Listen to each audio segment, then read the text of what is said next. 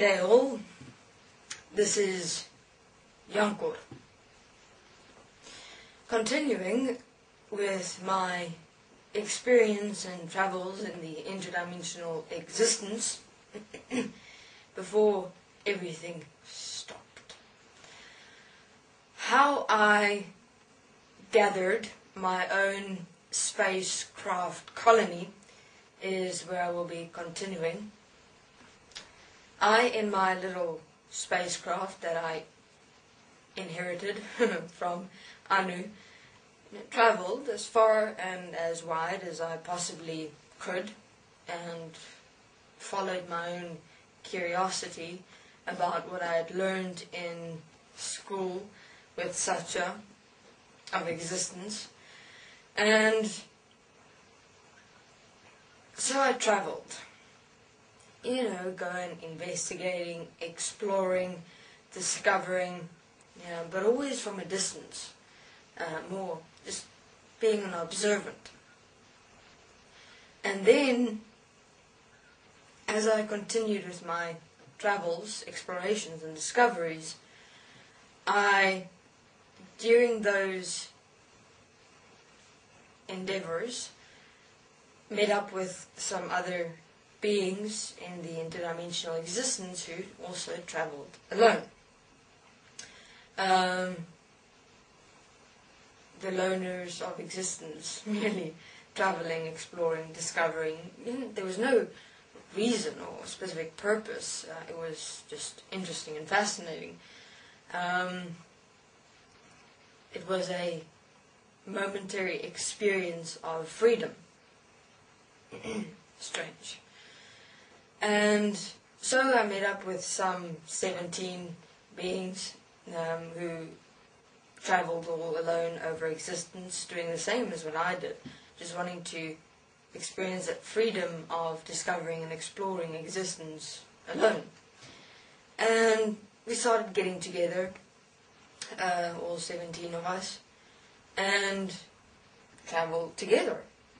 But this time, we went first to each other's existences to go and explore and discover and investigate and find out how each other experiences, ourselves in our own existence or on our own planet or in our own city. And I had my own diary, where I wrote on a piece of script, everything that I discovered, investigated, found, insightful, interesting, fascinating, so that my name could possibly also be placed in the library of Alcyone one day, only to later discover that everything that I'd written was already there. But me, I don't enjoy just reading. When I read something, I always used to make a list when I was younger about, I want to go to this galaxy, this universe, this existence, this planet, this city. I want to meet these people, these beings, want to learn, discover how do they do this, how do they do that. I want to do everything. I didn't want to just sit and read about this stuff and let it all happen in my imagination. I actually wanted to go out and do it. And I had 17 beings with the exact same passion as myself. So, one of these 17 beings, great-grandfather, it wasn't like great-grandfathers or grandfathers or anything like that. It was merely, I'm placing it into perspective for human beings to kind of understand the lineage and the time frame, etc., of the beings that did exist. Anyway, so his great-grandfather dissipated. Now, you do die in the dimensional existence. You only have a certain period of time to exist. It's like goddamn population control. So he dissipated, and he had this huge, massive spacecraft. And thank goodness, one of the 17 beings, his great-grandfather was, inherited this spacecraft. Yay for us. So all 17 of us had our one huge big spacecraft. This was our first and only spacecraft. Huge.